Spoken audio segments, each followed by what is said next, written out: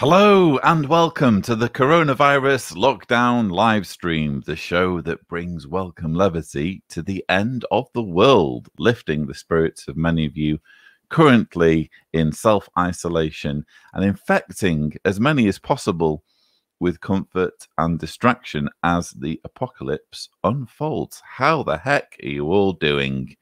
There's currently 25 of you watching on the stream. I have a green room well populated with some wonderful people who will be joining me shortly to do their various segments and share their thoughts. But yes, let's just take a quick look at the comments. Gosh, filling up nicely there with comments. Alisha Giordano says hello from New Jersey. 2:30 a.m. here. Alisha, you really do take one for the team, don't you? by watching at all sorts of inhospitable times. So thank you so much for joining us. Rianne says, good morning, lovely apostate gang. Matthew Rector says, Wazuo. I think that the O may have been intended to be a P. But yes, thank you so much, Matthew. Good to see you there. Matthias Subhash says, good come on, Hostbloid and Yell. Thank you very much, Matthias. Some very unorthodox greetings, it must be said. Joelle Brown says, the squad is in. And Nesbo9 on Twitch says, morning all. Sunny Scotland, apparently, according to Heather Adams. Well, that's nice to know. It is still fairly early, I suppose. It's, what, 8:30 here in Croatia. I haven't had a coffee yet or breakfast. Deanna was unconscious as I left because we've been having a rough time lately with the children. But hopefully I'll have some caffeine once I have finished. Elsie Firth says, good morning. Eric says, hello, everyone. Nathan Kincaid warns us, uh-oh, it's Nate. Nate, there's no need to talk yourself down. We all appreciate having you with us. Frank Rizzo, caught off guard. Wow, is it that time already? Matthew Rector randomly throwing the names of places at us. Illinois, I assume that's where Matthew's from.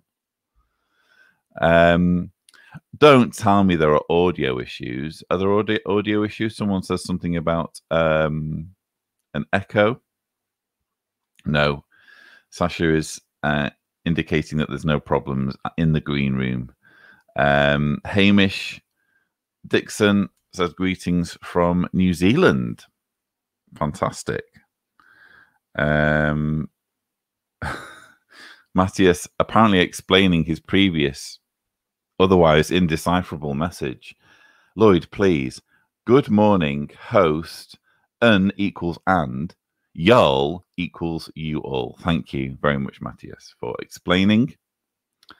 Erica Sikic says hello from Sydney. Hippie Chick B says, hello all, the only time I'm happy to have insomnia. Well, gosh, I would imagine insomnia is needed for many of you to be watching, but 47 of you are watching, and let's dive straight into our reading. I'm again reading from Take Back Your Life, Recovering from Cults and Abusive Relationships by Janja Lalich and Madeline Tobias.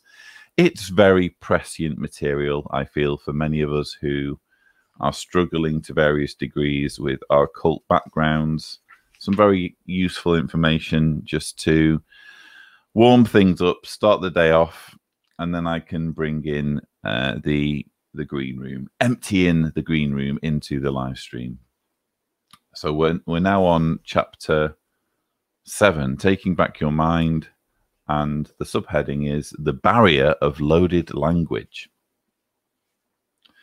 Loading the language is a totalistic technique found in practically every cult. Group slogans and terminology serve as shortcuts for communication and halt creative, inquisitive, or critical thinking. Former members commonly discover that they continue to use group jargon without being aware of it. Loaded language interferes with the ability to think independently and critically, creating barriers to communication with others. Sometimes, when former members unexpectedly encounter words or phrases from the cult's special language, they may dissociate or experience a variety of feelings: confusion, anxiety, terror, guilt, shame, or rage. Most of us have an inner dialogue, our thoughts. This is so automatic, we take it for granted. Our thoughts automatically interpret what we experience and feel. If you started to think in German without knowing the language, you would probably become frightened and confused. Similarly, changing the meanings of words produces anxiety and self-doubt, and can be truly thought-stopping and isolating. Because of the cult's loaded language, some former members find that they need to make a special effort to relearn their native tongue. Cults change the meanings of many common everyday words and expressions, making communication outside the group painful and confusing. You may find that you no longer have a meaningful vocabulary to understand your own inner world, much less the world around you. A former member of a mass transformational group describes this phenomenon. Always struggle to say phenomenon. Always sounds weird when I say it. My vocabulary was mostly made up of what I call cultese, or cult terminology, basically the group's own language. It was difficult to verbalize what I was feeling inside because the words were the group's. All that would come up was the group's policy on leaving. It was hard enough being confused about what I really believed, but not having the words to explain myself in plain English was worse. Sorry, I think what's meant there is, but not having the words to explain myself in plain English was worse. The words at my disposal all had cult meanings attached to them, and that would start my inner conflict all over again. When I get excited or tired, I still have trouble with vocabulary. I'll start talking or thinking in cultese, and it can be a shock and frustrating. Sometimes my thoughts would be circular to the point of making me confused. It helped to just write them down. Then I didn't have to think about them or resolve anything. They were written down and could be resolved later. I'd write until I had nothing more to say. Sometimes I would study my journals and see that I wasn't having as much trouble as before. That helped. I forced myself to read books and visited the library frequently. At first, I really didn't understand much of what I read, but I'd read each book as much as I was able. I'd read each book as much as I was able. Especially helpful was Orwell's 1984. I compared the characters' lives to my own. Another person who had been in a similar group for 20 years had extreme difficulty explaining so-called normal English, even though it was his native language. I spent time every day for the first few weeks out of the group relearning English until I had every cult word replaced with a known English word. Television, magazines, crossword puzzles, and books of all kinds can reacquaint you with language and help rebuild vocabulary. Reading the newspaper and listening to the news are also highly recommended for retraining your mind, gaining vocabulary, and keeping up with world events. Another useful technique is to list all specific words and phrases connected to the cult, and then look them up in a dictionary. Seeing the accepted definitions and usages can help reorient your thinking and re-establish your capacity for self-expression. Another typical after effect of cult involvement is difficulty concentrating. Many former members report that immediately after leaving their group, they were unable to read more than a page or two of a book in one sitting, incapable of reading a newspaper straight through, or forgot things a minute after reading or hearing them. This is due in part to the loss of critical thinking abilities caused by the cult's thought reform program and controlled environment, and in part to the loss of familiarity with their native language. Although it can be overwhelming at times, this inability to concentrate is generally temporary. I've been reading under the subheading The Barrier of Loaded Language from the book Take Back Your Life, Recovering from Cults and Abusive Relationships by Yanya Lalich and Madeline Tobias. What a useful book for those who are making their way out of abusive groups. Jehovah's Witnesses certainly do use loaded language, to the point where I routinely have problems convincing people that there's nothing wrong with the word apostate. I frequently get people saying to me, you shouldn't call yourself an apostate. An apostate is a bad person. You're not a bad person. And I'm like, look, go to the dictionary, look up the meaning of the word apostate, and you will find that it means someone who leaves their religion. If your religion is corrupt and abusive and manipulative, and you're able to do so, you have a moral duty to leave it, to apostatize from it. Therefore, I'm an apostate. So even the way they hijack that word to describe people who leave, and the effects that has on people who do leave, to the point where apostates are afraid to identify as apostates. It really is incredible. But let's bring in our panel. Naomi, we have Sasha, and we also have Arthur Weber. How the heck are you all? Very good. Thank you. Hey everyone. Hi, Sasha. Hello, Arthur. You're muted. Oh, No, Arthur. Can't hear you, buddy. Good morning, everyone. There we go. Observing my And instructions. He's observing my instructions to hello mute to our and mates unmute. down under. How you going? G'day, Arthur, mate. can you just have another swing at your Australian accent? I want to hear it again. I said, good day, mates down under. Now, Lloyd, Okay. it's your turn. You do a very good Aussie accent. you do. When I try and do an Aussie accent, from now Come on, I'm just going to go back to the time that we went whale spotting. Careful. No. Part of this story. If it's good enough for the guy who was taking us whale spotting, it's good enough for the coronavirus lockdown live stream. That's right. Yes. So Sasha and Sherry very kindly took us on an excursion to watch humpback whales, which is the absolute best thing in the world, certainly for Deanna, but I enjoyed it as well. And he was frequently talking about the fact that during mating, who was? Hang on, not me. No, you weren't, Sasha. But the guy who was piloting the boat and commenting, providing the guide, you could say, he was frequently referring to the fact that humpback whales were more visible when mating. And he would do it like this. Every now and then, you get a little bit of argy-bargy going on. And then you see him, and it's like, oh, good grief.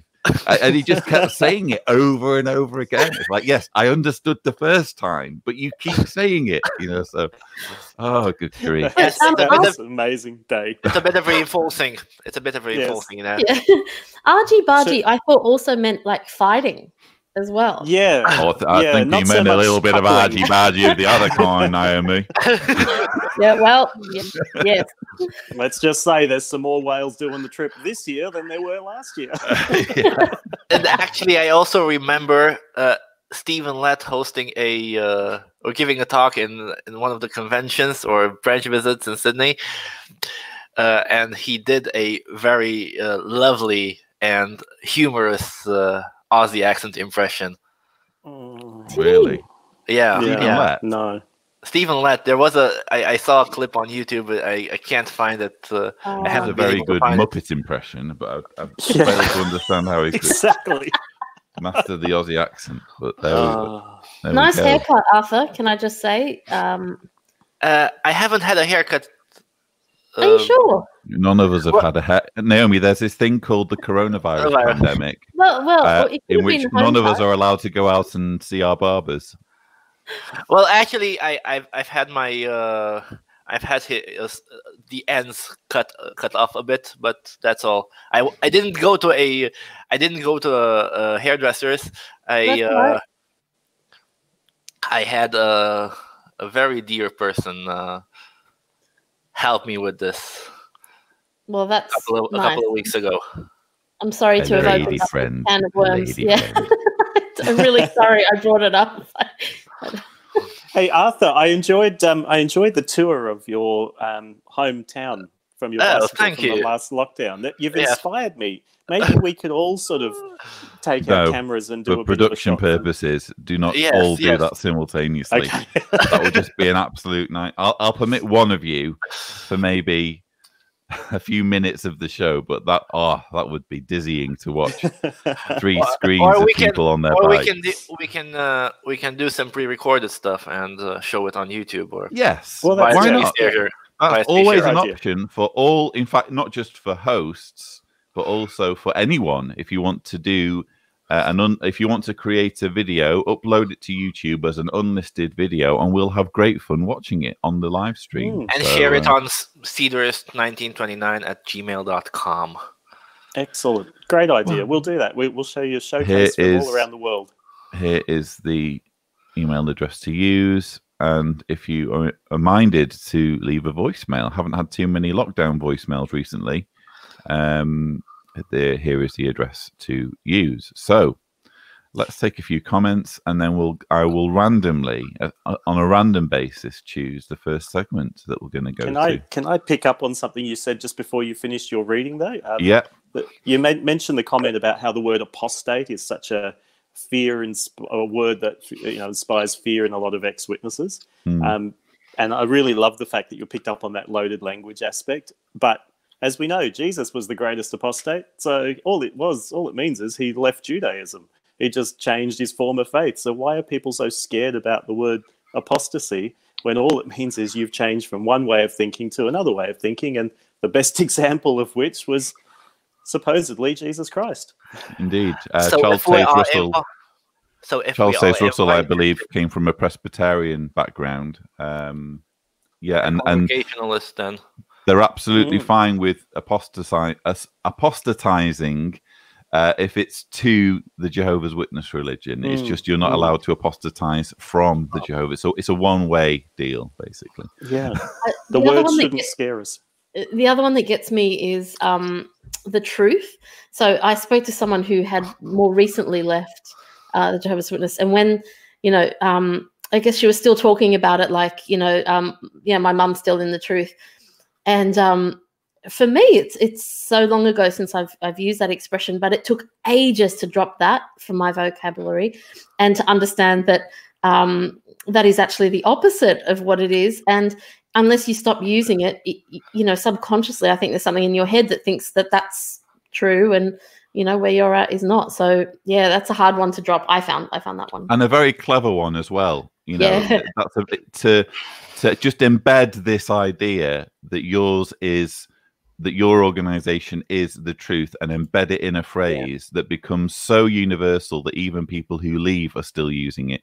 I think Phil, the Blue Envelope, used it when we were doing our governing body Who's Who, and he immediately apologized. But the fact that even when we're making these videos on apostate YouTube channels, we're still slipping into that vocabulary just shows how effective loaded language is, doesn't it? Yes. Yeah, and some of us here on the panel are very keen on using loaded language. Oh yeah, trigger. Some use it more than others for salacious reasons. Just to be muted. Yeah. I prefer loaded fries. Lots of comments coming through. So there's currently 51 watching. Let's just see here. Some of you just talking to each other. Oh, Deanna's here. When I left Deanna, she was in a horizontal state. And it's nice to see she's up and around. And if there's any coffee going, you know, just putting that idea out there. Or breakfast. Don't push it, Arthur. I've learned not to push it. I think coffee is the most pressing need for me right now. I'll join you with a glass of wine. I'm enjoying a cup of Nesquik. Johnny Smith says, "We want to see more of Naomi's brilliant work." You will see, that, Johnny. You will see more of Naomi's brilliant work. Lovely, Johnny. Thank you, Johnny. That's almost a guarantee. In fact, it is a guarantee. I guarantee you that you will see more of Naomi's brilliant work. Matthias, I'd love you to share your stand-up routine one day, Naomi. The routine that you did at the comedy festival. I'd love it if we could have a link or share some of that. Yeah, I mean, thanks. No, it was good. It was fantastic work. All right, thanks. Matthias Subhash says, "Guys, can I ask a question? Put a thing for thought, and the listener host ponder on it." I suppose you can, Matthias. I suppose you can. It's whether I'll find it amidst the flurry of comments. Nathan Kincaid says, "Arthur, does the person who cut your have any unresolved, deep-seated?"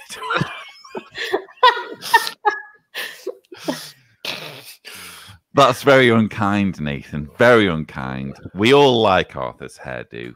It's what makes Arthur Arthur.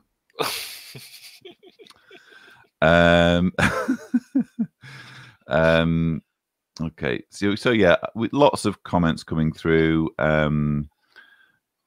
Deborah DeGostin says, "Start calling it the lie."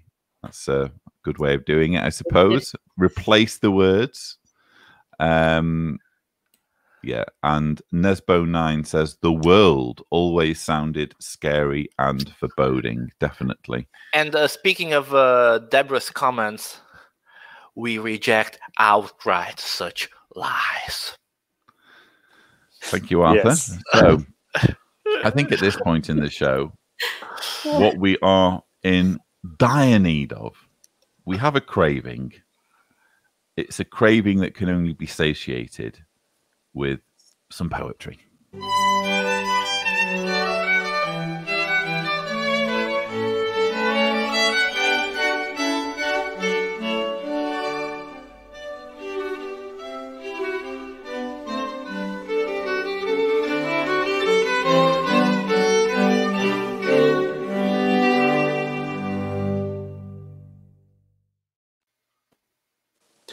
Okay, so I've actually prepared two, but I've got one that was inspired by Lloyd.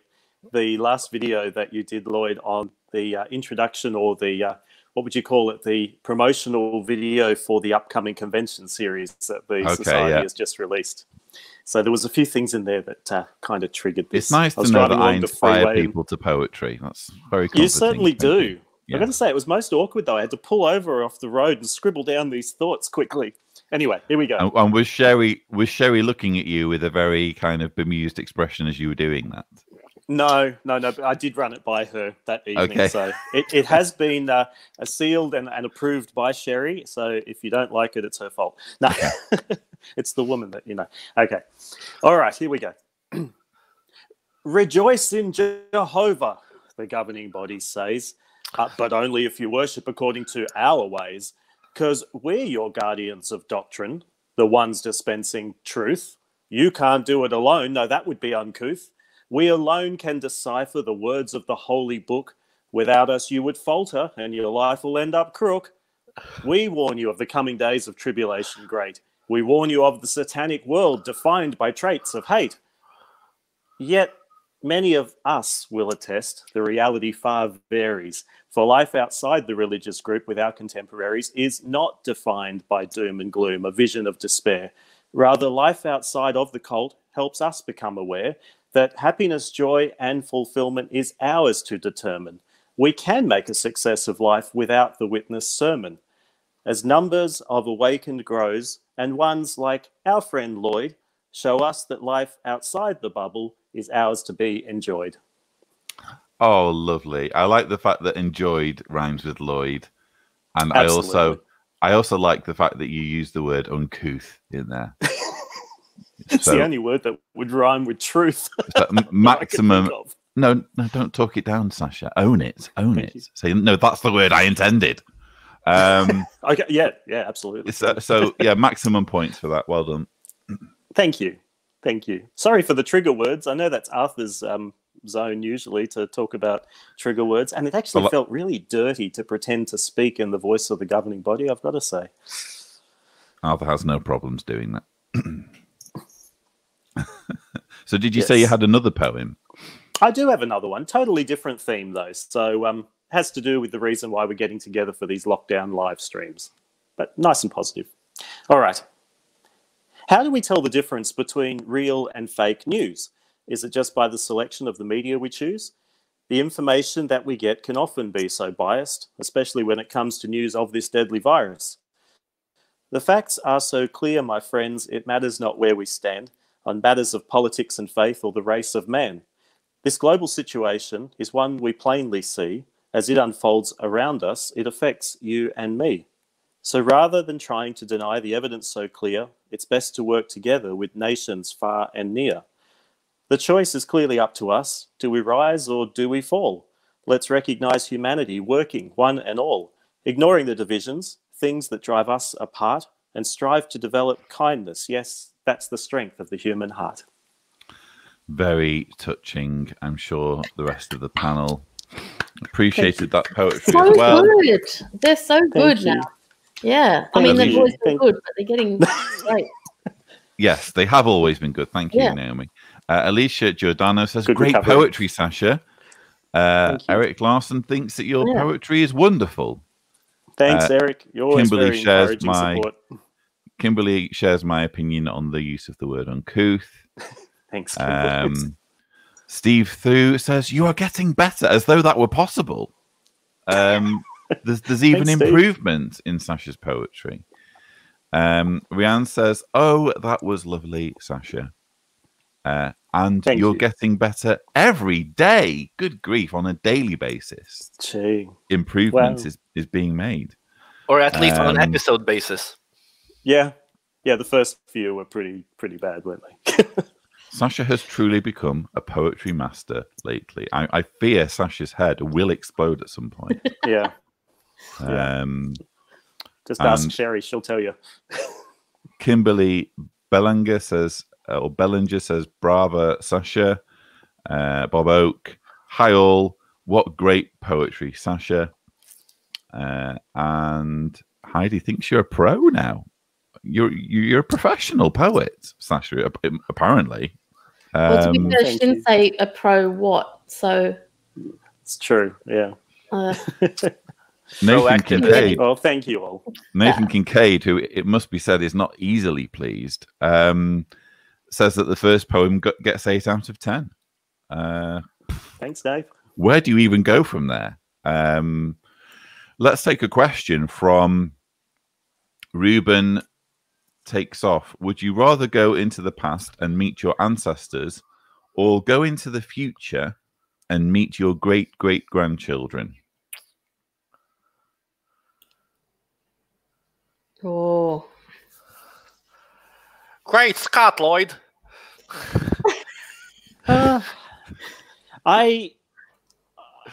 Ancestors would be troubling. You know, as you learn history of some of your ancestors, sometimes it's not the best. So I don't know. And would that change the space-time continuum? Do we need to get the Doc and Marty in here to explain how going back in time might just mess everything up? I would totally prefer to go in the future, to be honest. I'm not that interested in... well, I am interested in history, but just not interested enough to go there, you know? Come on, you gotta come back with me. Where? Back to the future. It's your kids, Marty. Something gotta be done with your kids. Can you just repeat that impression for us, Arthur? You gotta come back with me, Marty. Something's gonna be done about your kids. Arthur, are you pitching for a second segment? It looks like Impression Time with Arthur is a segment that you might be pitching for.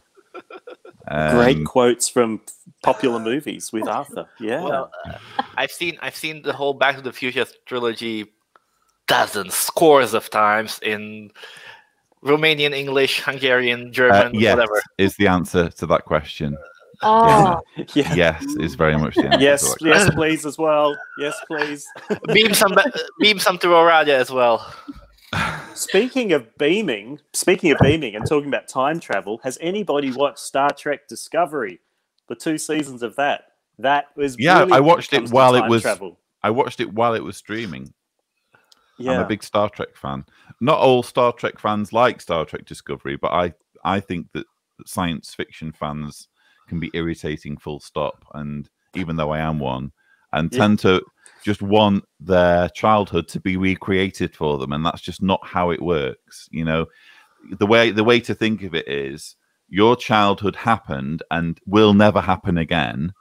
Let's create material that the new generation will be speaking about when they're adults in the same way as you're speaking about your experience when you were a child. So I try and view it in those terms, and I think that what's being done at the moment with Star Trek and Star Wars is fantastic. So yeah, do check out Discovery. I especially like the fact that they put flesh on the bones of Captain Pike and made him a identifiable character.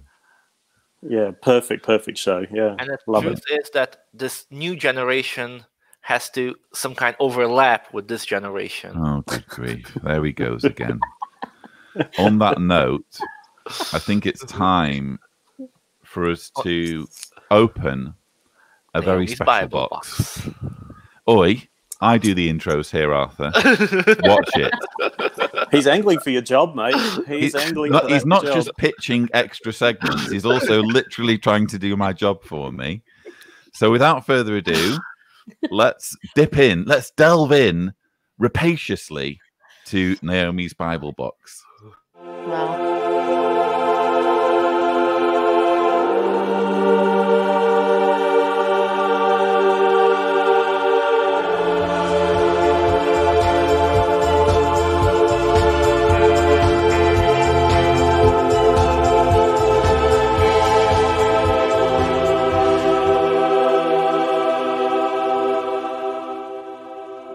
Naomi's Bible box. I mean, each time it comes up, I discover something new in that intro. So there's layers of hidden meaning there in really there, I like is. to think. Yeah, like I didn't notice the Bible in the background with the dancing construction people. I just saw the construction people. So anyway, it's multifaceted, not unlike this segment. So the point of this is to pitch to you an idea for a TV show based on the Bible. This one's a really quick one this week because I think it's very, very feasible. So this week, this show is where contestants perform a dance each week. And we've seen shows like that, but this one has a difference where you've got judges, and those judges are made up of like politicians or royalty. They critique the dance. Then the audience votes, and the contestants with the lowest number of votes is eliminated each week until you get a winner. And that sounds like every other TV show, but no, there is a clincher with this show. The winner receives the head of a person of their choice on a platter. And if they don't know who to choose, they are allowed to ask their mum. And that show is called Salome Think You Can Dance. Oh, very nice. Thank you. Very nice. So, yeah. I'd like to see that. I think that'd be great. I did wonder where it was going, and then I immediately remembered that scene from the Gospels, where that's apparently the done thing. Probably that story wasn't given in a "this is how you should do things" type of way, but it's still unnecessary gore. It is. And I don't know whether you guys have managed to watch the May JW broadcasting yet. No. We don't watch it unless you do the summary first. Yeah, oh, okay. Watching it live. Well, I did my first run through of it yesterday, so I have to watch it. I watch it probably 3 or 4 times by the time I actually do the commentary, and so I did my first watch yesterday.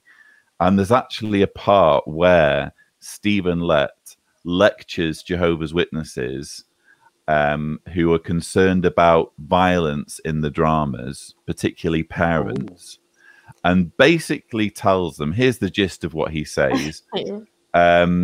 Yes, we do depict in a non-violent way the fact that there was violence in the Bible. However, we're allowed to do that because here's a verse that says that even children were told about acts of violence. Therefore, it's okay for us to do it. So just deal with it. Is more or less what he says to all of the millions of Jehovah's Witness parents who are watching. I'm sorry, you're not going to find a single verse that says that the Israelites received graphic HD video depictions showing either violence or people having been killed or about to be killed. Yeah, absolutely. I mean, if I think about this story, I don't know about you, but the context of this story for me was all about the fact that it was his birthday. This happened at a birthday party. So therefore, I knew this story super, super young. And, you know, it is quite a kind of gory story. It's even a bit sleazy. Like that was her stepfather that was so impressed with her dance. There's so many issues with it, but I think you're right. I mean, that is a children's story that they tell you as a kid to tell you why we don't celebrate birthdays. So yeah. But fascinating that there's apparently been enough uproar even among actual believing Jehovah's Witnesses that they've seen fit to address that issue in a JW broadcasting episode. Yeah, and then address it like that. Indeed, because that's appalling. Evidence of somebody who's not a father. I mean, would you let your, 4, 5, 6-year-olds sit there and watch a violent movie? No, but suddenly because it's on the screens at a convention, it's okay to watch it because Jehovah's sanctioned this violence as opposed to watching a violent horror movie or something on television. This was okay violence because Jehovah's the one that told them to stab them through. And honestly, how does that stack up as wise parenting advice? Exactly, but also how good that he didn't have kids. I'm just as a side point, aren't we all better for that? He even absolutely. Sort of he kind of suggests that it's good for parents to not shelter their children too much from the idea that terrible things will happen if you don't follow Jehovah. So a degree of exposure to this sort of material is good for children. Let's desensitize them before they see corpses in the street. He completely ignores the fact that even if you make the argument that children shouldn't be completely wrapped in bubble wrap, it should be for the parents to decide at what the extent to which their children are exposed to anything remotely violent. But they don't get that choice when they're going along to the conventions and it's coming up on the screen and they have to be at the conventions with their children. The choice is taken from them and it's made for them by Stephen Lett and his associates. So as you can imagine, I'm going to have a lot to say about that in this month's rebuttal. We've had some dear friends who, even back in the Bible story book days, would edit the book for their children and take out certain pages because they felt that it was inappropriate for their particular child, that it was going to be triggering and it wasn't the right thing that they could handle. And they know their children better than anybody. And that was something that was kind of frowned upon or looked down on, that they were perhaps, editing the message from the faithful slave. But parents know what children can handle and what's appropriate. And I guess I got to counter it. If the message of the organization is about genocide, as you so rightly and beautifully say, Lloyd, or appropriately say, genocide on a mass scale, so maybe they've got to get used to it. It's kind of toughen up, kids. This is what's going to happen, and if you don't like it, get Get over it. It's disgusting. Deborah DeGostin says, Lloyd, you deserve a medal or metal. I'll take metal as long as it's valuable metal for listening to it that many times. Thank you. Nesbo9 on Twitch says, are there a couple of JW Broadcasting rebuttals missing? I watched them chronologically from the first one, but couldn't find a couple. Yes, and the reason for that is that when I was writing or finishing writing The Reluctant Apostate, I had to down tools on pretty much everything. So I think I missed 4 months of rebuttals, and I went back and did 2 of them, but there's still 2 still to do. And here's my... Look at that. Hi, Deanna. Hi, Deanna. Are you going to quickly... Hell no. Hell no, she says. But we could hear that. Thank you. Thank me. You're the one bringing the breakfast. Yeah, but you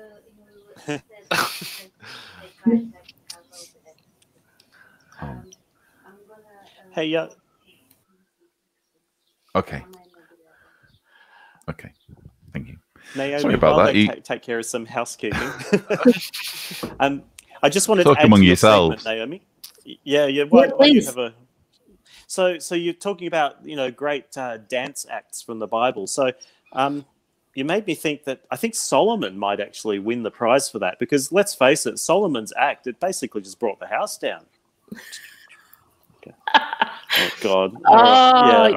I think we've had Arthur pitching for an impressions corner, and now Sasha seems to be pitching for a comedy corner. Wait, No. Sasha, do you mean Samson?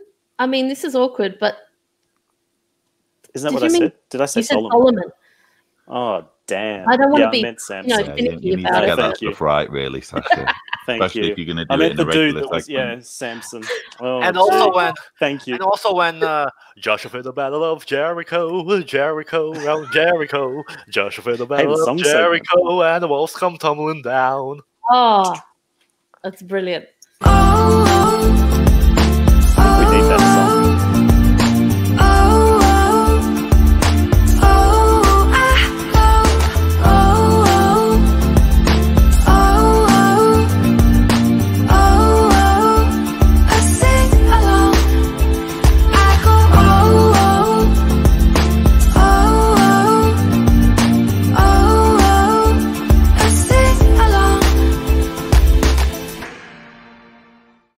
Well, that was really quick. I didn't mean to.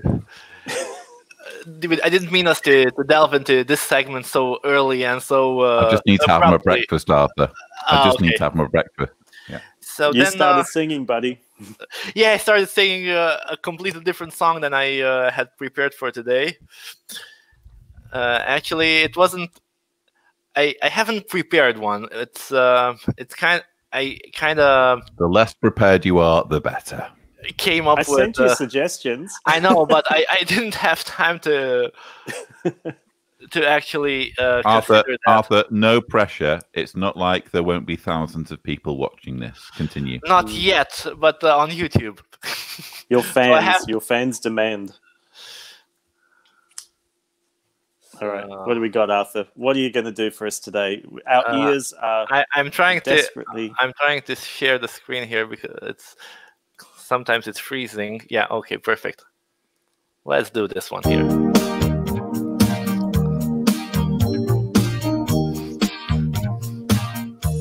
No New Year's Day to celebrate, but attractive and full color tracts to give away.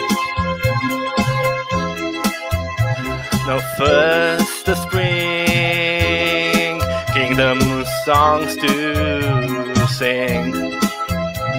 In fact, it's just another field service day. No April rain for Memorial Night, but pioneering 30 hours when the time is right. And what it is something true,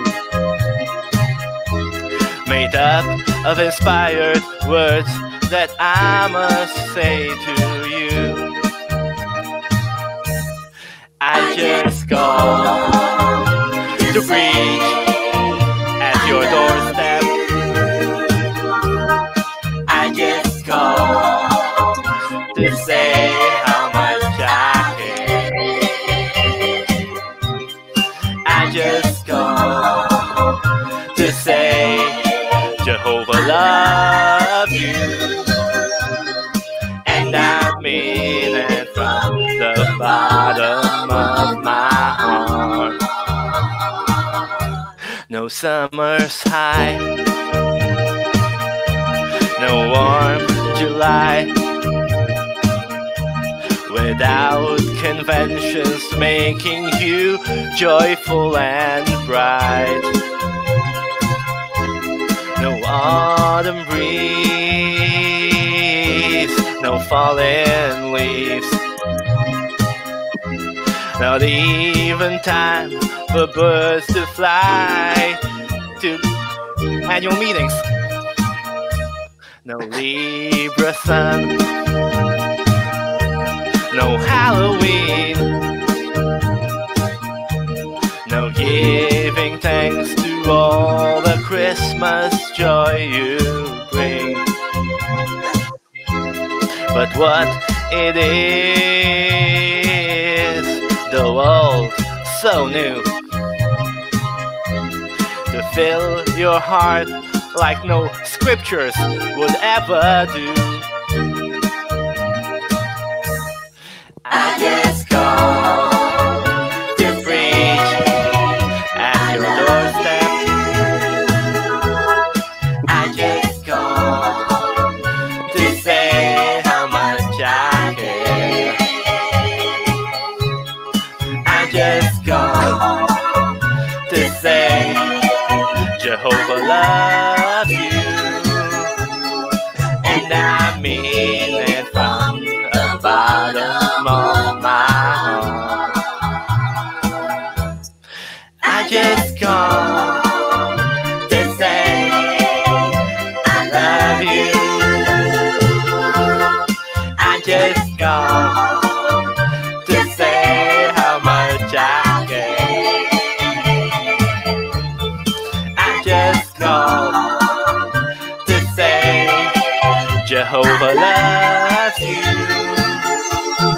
and he means it from the bottom of his heart, of his heart, of his heart.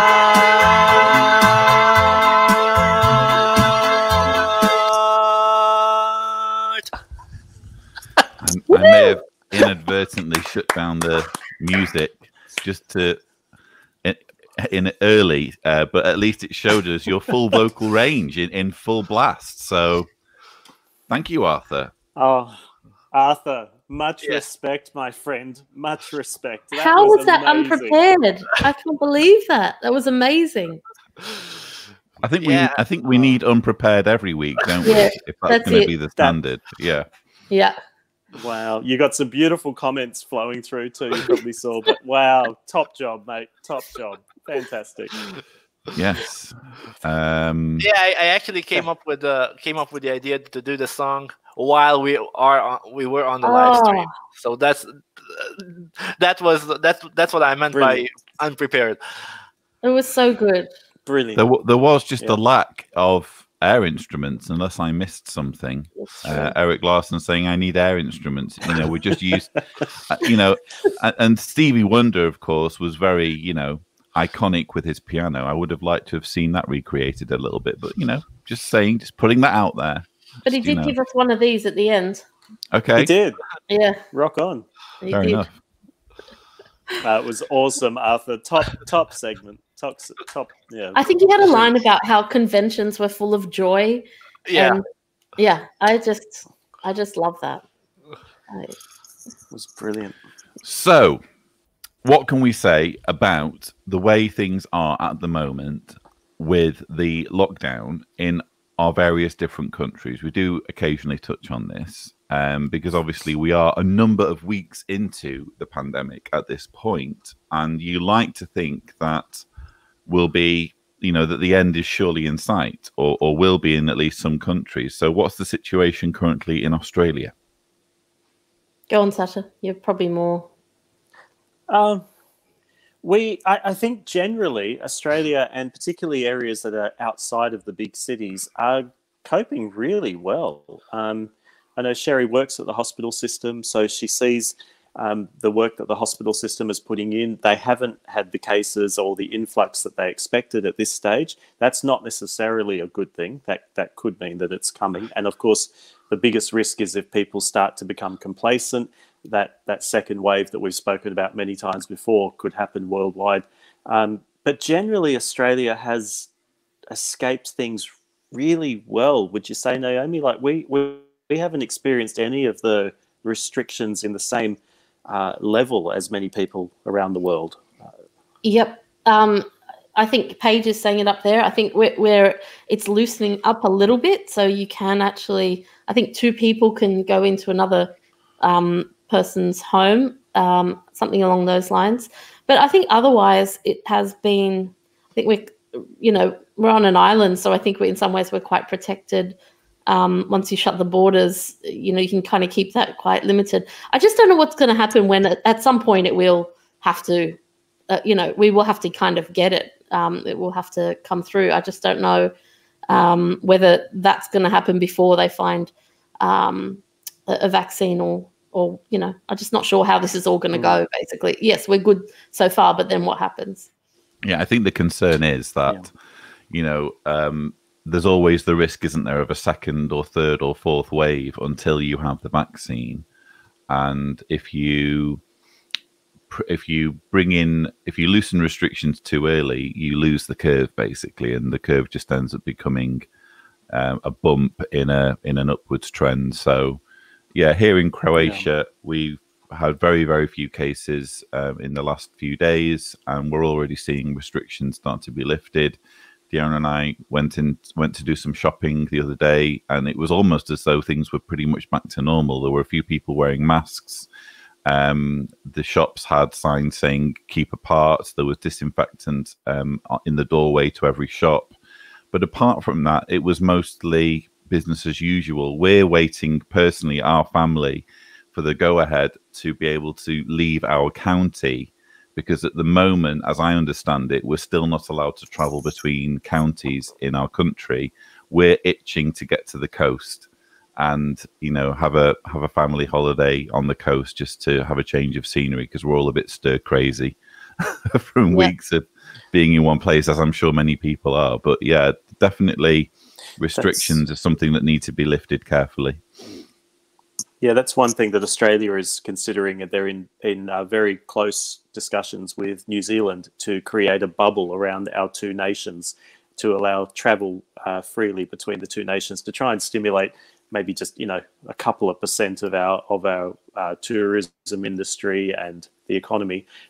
So that would be nice if that happens, because both countries have tackled things with a fair degree of thoroughness and seem to have the resources available to handle it if there is an outbreak. But I can imagine for ones like yourself, Lloyd and Arthur, in other parts of the world where you can't even travel out of that county, that must be very hard.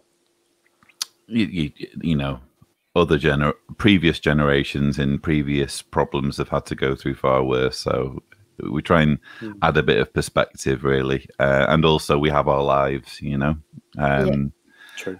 Victoria Roberts says, in the UK, some people seem to be of the opinion the parachute has slowed our descent. We don't need it anymore. Yeah, you really do need to be careful, especially in the UK, where you don't really have.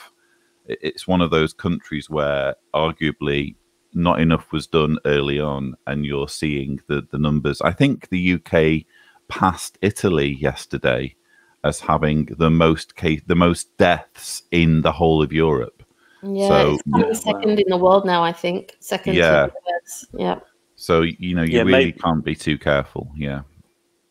And that's a great analogy you use, Victoria. And yeah, we've posted things on social media similar to that. yeah, it's not until the situation is completely resolved or you're completely on the ground as a parachutist that it's safe. So yeah, absolutely great comment. But the reality is, even though we're going to get not a cure, what do we call it? A vaccine. Some sort of a treatment, a vaccine for this.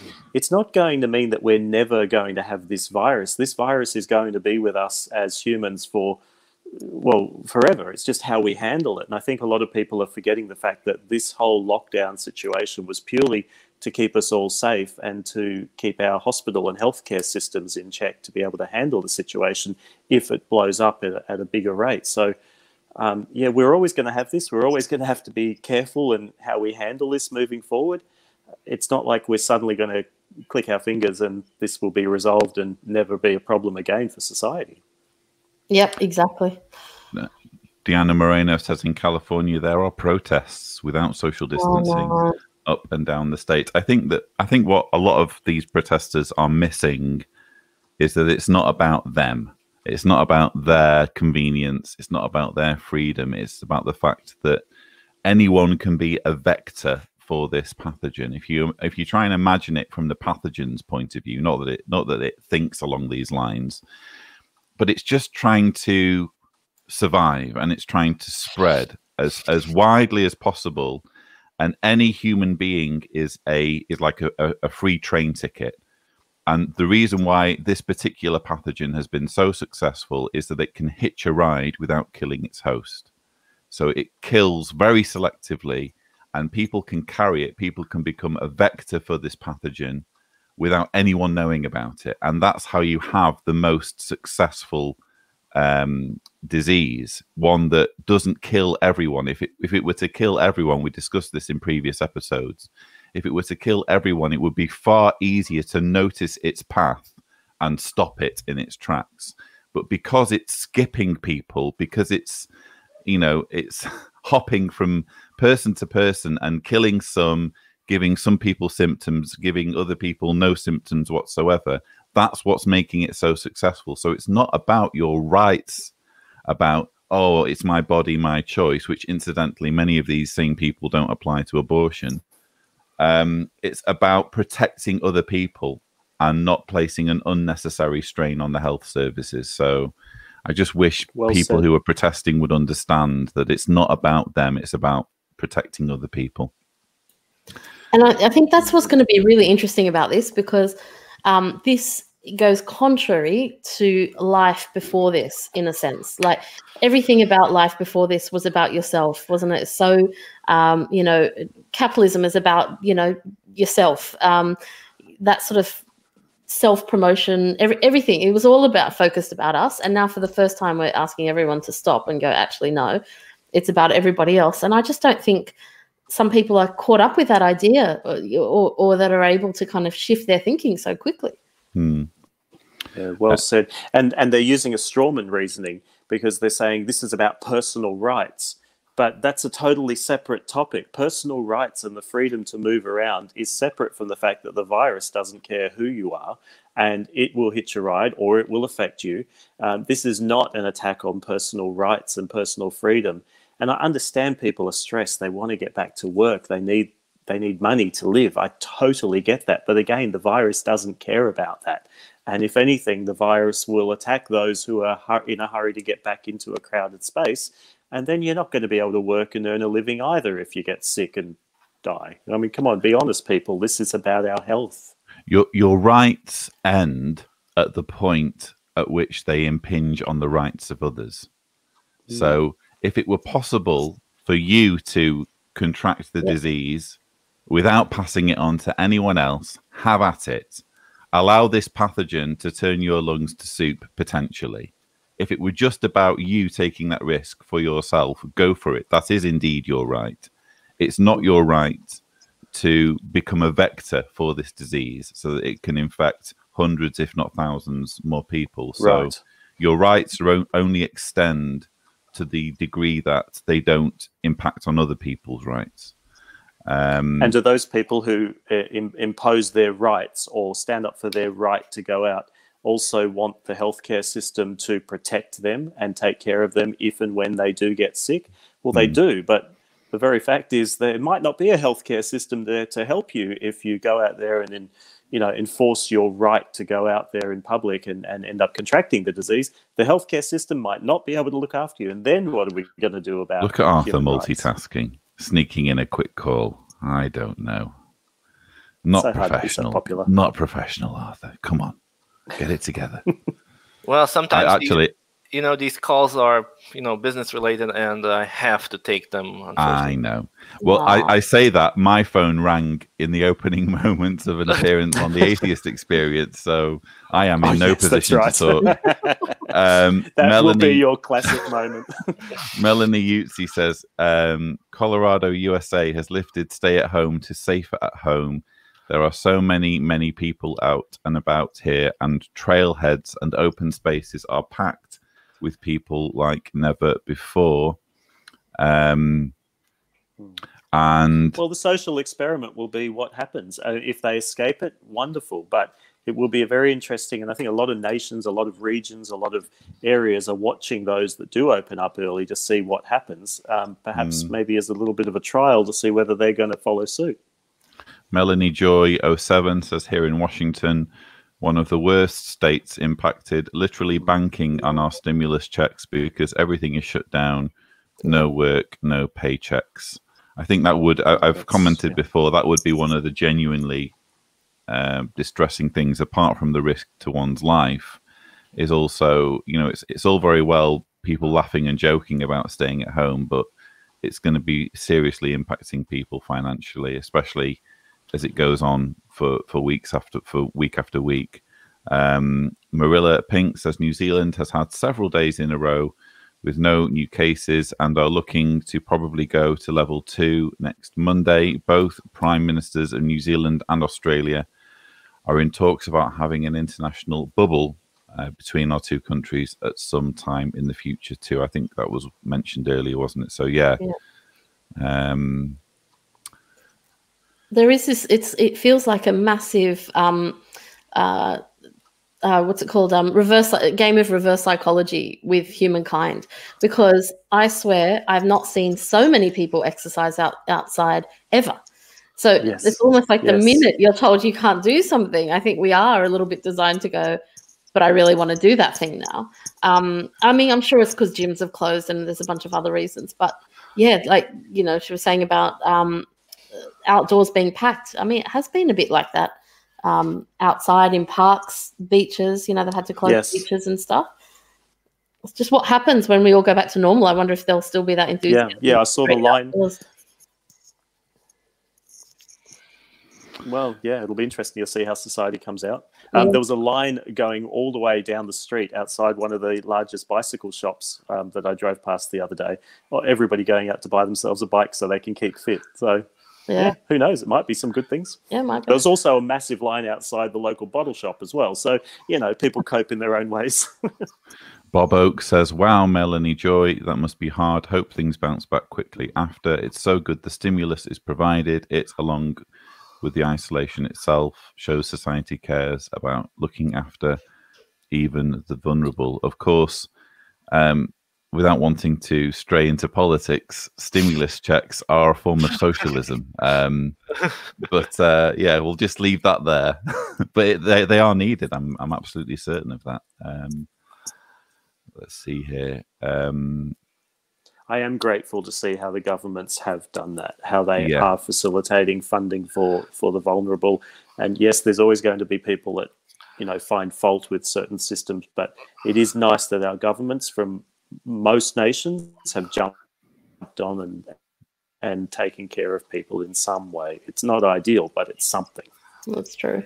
Hey, Arthur, what's it like for you there? Well, for us here in Romania, the authorities have stated that starting May 15th, they will start loosening the restrictions a bit.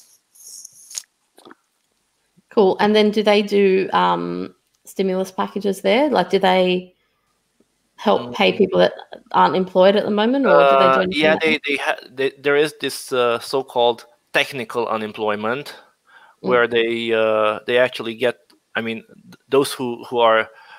who are in this technical unemployment status, they receive 75% of their monthly salary from the state. Oh, right. Oh, that's good. Yeah. I know that universal basic income was a conversation that was being had before this pandemic. You just wonder whether now that it's more or less they've been forced to roll out something like it, you just wonder whether it will kind of hasten that situation where people, where the government basically recognizes that it's, I won't say it's the government's duty to give people money, but it is certainly, what's the point of having a populace that can't afford to feed itself, and as well, you also need to take into account AI and the fact that lots of jobs can be done by computers and machines nowadays. So, and the population growth and all that sort of thing. It's maybe a conversation for people who know more about it all than I do, but you do wonder whether this whole pandemic will hasten a situation where we get to universal basic income. Yeah, good point. And you mentioned AI too, and some of the technological tools and so on that have been rolled out. I'd be interested to see what other people's thoughts are too. On a lot of countries have adopted an app, or encouraging their citizens to download an app that helps to track our movements, to see who we interact with in case there's an outbreak, to be able to track vectors and take care of the health situation. I'm not sure if that's been rolled out in other countries. I know Australia, Singapore, a few places have had this proposed or even implemented by the government. China, of course, had it forced upon citizens. It'd be interesting to see whether that actually helps. So we're using technology not necessarily to take rights away, but just to try and be able to assist people if this pandemic gets worse. Yeah. And to manage the situation better. Alice Scott says, I saw more controls in stores today, only so many in and going in the store a certain way. Had to make a journey over to Campbell River to have the car fixed and pay the rent. Victoria Roberts says, my street is planning a socially distanced VE street party. We have lived in the same house for 15 years and I hardly know anyone on my street, so we are planning to use this situation to get to know people more. Indeed, I can imagine lots of ex-JWs will be jumping on those sorts of opportunities to rebuild their sense of community without anyone understanding necessarily what they've been through, and the fact that they need this sort of community. It's a great opportunity, isn't it, for them to make connections and build a team around them. I think that's right. And proximity community as opposed to online community, because I think that is being really great. I think being able to connect to people online all around the world, or your friends overseas, that stuff is really easy. But I think the thing that's been interesting is that connection with people that just live quite near you, because you kind of need that. You hear all the great stories of people posting things for their neighbors and saying if anyone needs help, and I think that will also last after this is over. It's one thing to say, oh, I don't need to WhatsApp with them because they're just around the corner, but what that often means is that you literally never speak to someone who's just around the corner. Just because they are just around the corner doesn't mean that you can't speak to them. So yeah, there's another question. It's a good point you make, Naomi, that hopefully this is the start of something better in building communities and building society and building the kindness. There's some fantastic Facebook groups like the Kindness Pandemic and ones like that, where it's all about how do we branch out into our community? How do we get to know the people that we share the same street with? How do we really get to know our neighbours? And I do think that will be a positive that's going to come out of this. And hopefully, as you say, it gets maintained in the years to come.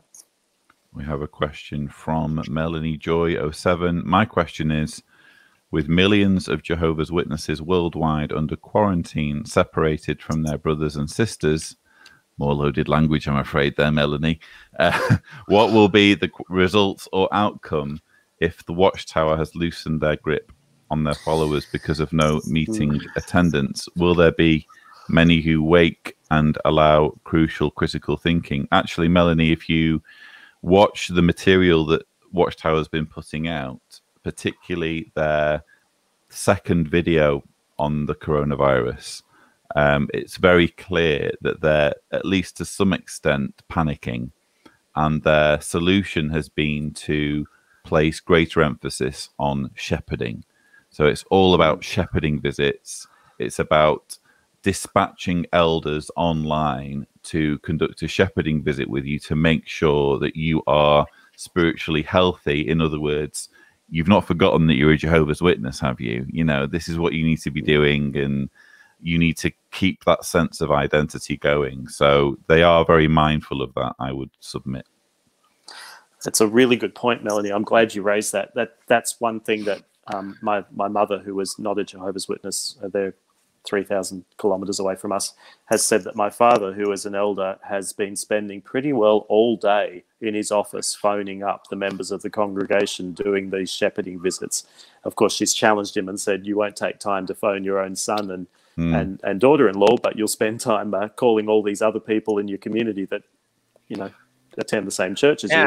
But what they've seen is a marked difference in some congregations are having a massive thrust of shepherding, and some are noticing people straying, and yet it's also prompting a lot of people to go running back into the arms of the organisation. We've noticed it recently with some of the emails that we've been getting through the JW survey, where people are 10, 20 years out of the organisation and they're being moved or scared to go back into the arms of the organisation because they are fearing this is the end of the world and all that. So there's a real contrast occurring. Yeah, and in other words, the governing body is grateful for the loving elder. Unfortunately, we've lost and their Arthur's efforts. Audio just as he was speaking and saying extremely triggering things. But yes, our viewers are expecting these words. So the governing body is grateful for all the effort and love our zealous elders put in assisting the brotherhood and giving the friends all the encouragement they need from the inspired scriptures to feel Jehovah's hand at work in these very last days, undoubtedly just before Armageddon comes from around the corner. Thank you. It's a good thing we love you, Arthur, otherwise we'd hate you. I just sense that he needs a little bit of attention, so I'm just giving him a little bit of extra full screen, just so that he's aware that he's on the show. Or as we saw in one of Lloyd's previous videos, there was a saying like that. I mean, I'm reinterpreting that. In a distant land, lost in mythical times, Jerusalem's city walls have succumbed to destruction by enemies of God's people. One man dares to defy secular authority to please his deity. J.W. Org presents Anonymous Battleites in Nehemiah.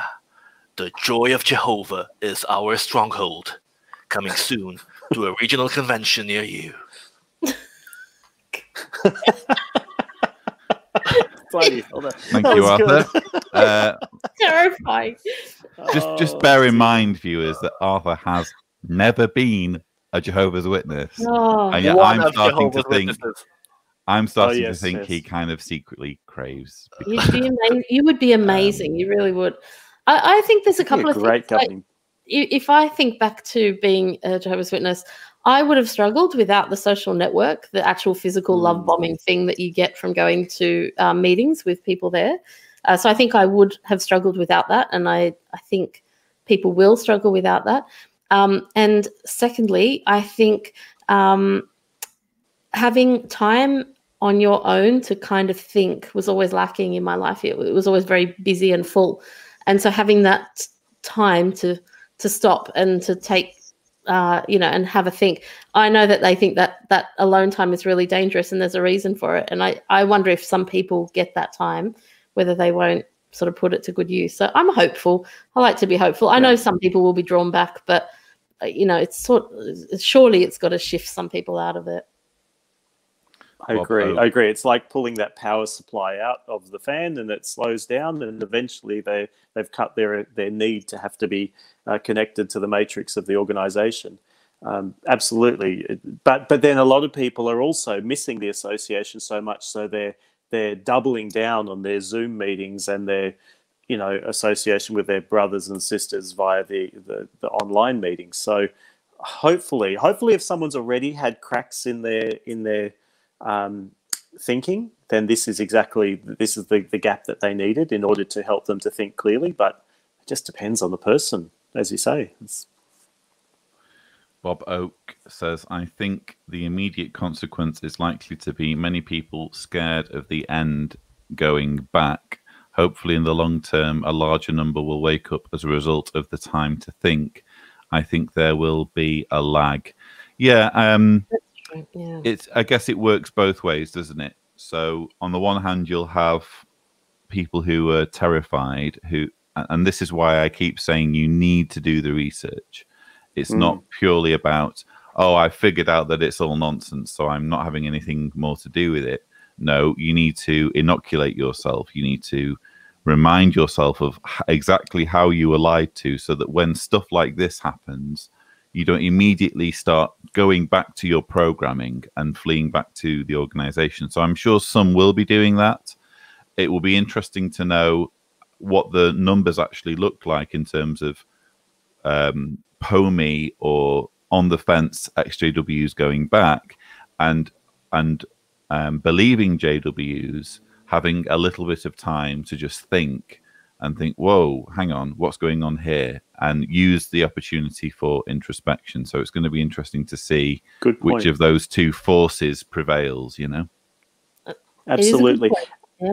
And in the absence of, like, a lot of people are running back because they feel like they're starved of association, or they're starved of support and network and all that sort of thing. But if I can just distort the witness's own illustration that they've used many times in public talks and material, if you're dying of thirst and there's a glass of water and just one drop of that has poison in it, will you drink it just because you're thirsty? Similarly, if you're starved of association and the only form of association or upbuilding interaction comes in the form of an organization that you know has toxic elements to it, is it worth running back to that? And this is what we're trying to help people reason on, that is it true or is it not? And if it's not true, don't go running back just because we're craving association, or just because we've been scared into thinking that these times are a time of upheaval and fear. Comment here from Margus Nee Jr. Yesterday, I had a big day. I moved out of my home because my JW family told me that they feel better without me. It really hurts, but in the same time, I feel much better without seeing how my family shuns me in my own home. Wow, so much solidarity for you there, Margus. Try to remember that you're not alone, that we're all to varying degrees going through the same thing. Even I, I regularly think about how my life could be better without the influence of this group in my family. And I'm years down the line. But although you're going through the most raw period right now, time kind of is a healer. And what you find as well is that your emotions adapt. So whereas there may be more dependency upon these individuals at the moment, in time, it's just a healing mechanism. You start to think about them less because they're not thinking about you. Their love for you is conditional. So you've taken the first step in what will be a journey towards independence, not just in terms of physically being reliant on them because you're living with them, but also emotional independence. And the benefit that you have is that there's this online community which you're already a part of people who are going through the exact same thing, and we're all here for you.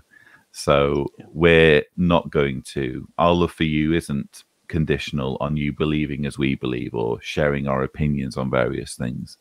So yeah, but I do feel for you. It's a difficult time. No, beautifully said, Lloyd. And Margus, if you want to drop an email to support@JW Survey, I'd be privileged to maybe have a phone call with you and just have a chat about things as well. So yeah, you're not alone, mate. And one little final plug, but we've been trying to set up a support group. So Magnus, you may not be ready for this, so whenever you feel that you are, but being able to talk to other people who have been through something similar, it does help, because you hear from different people with different experiences and how they coped with, that initial moving out.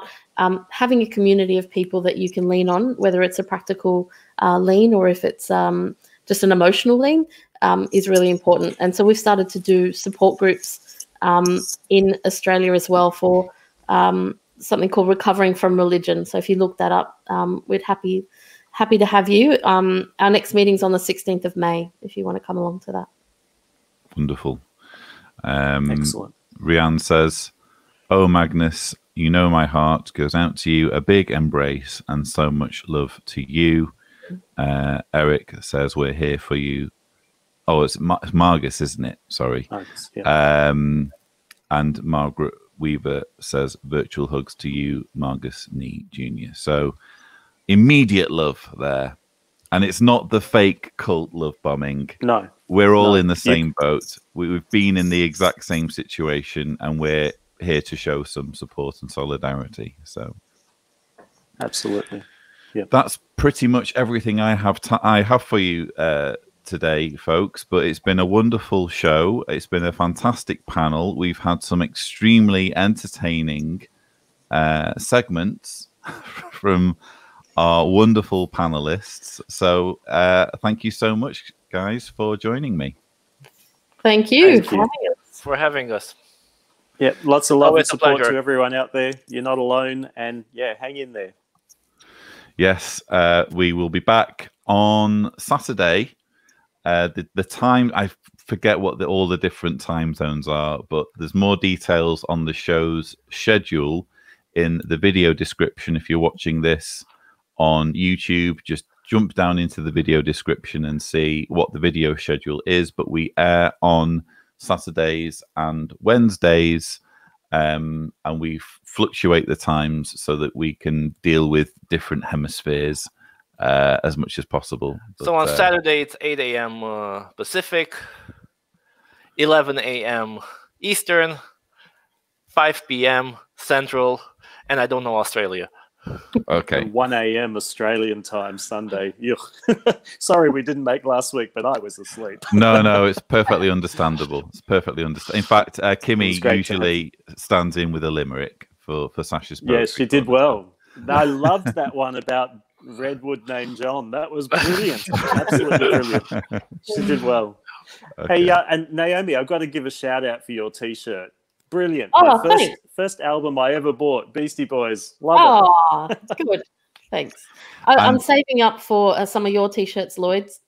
Yes. I'm going to spread the love there on the screen.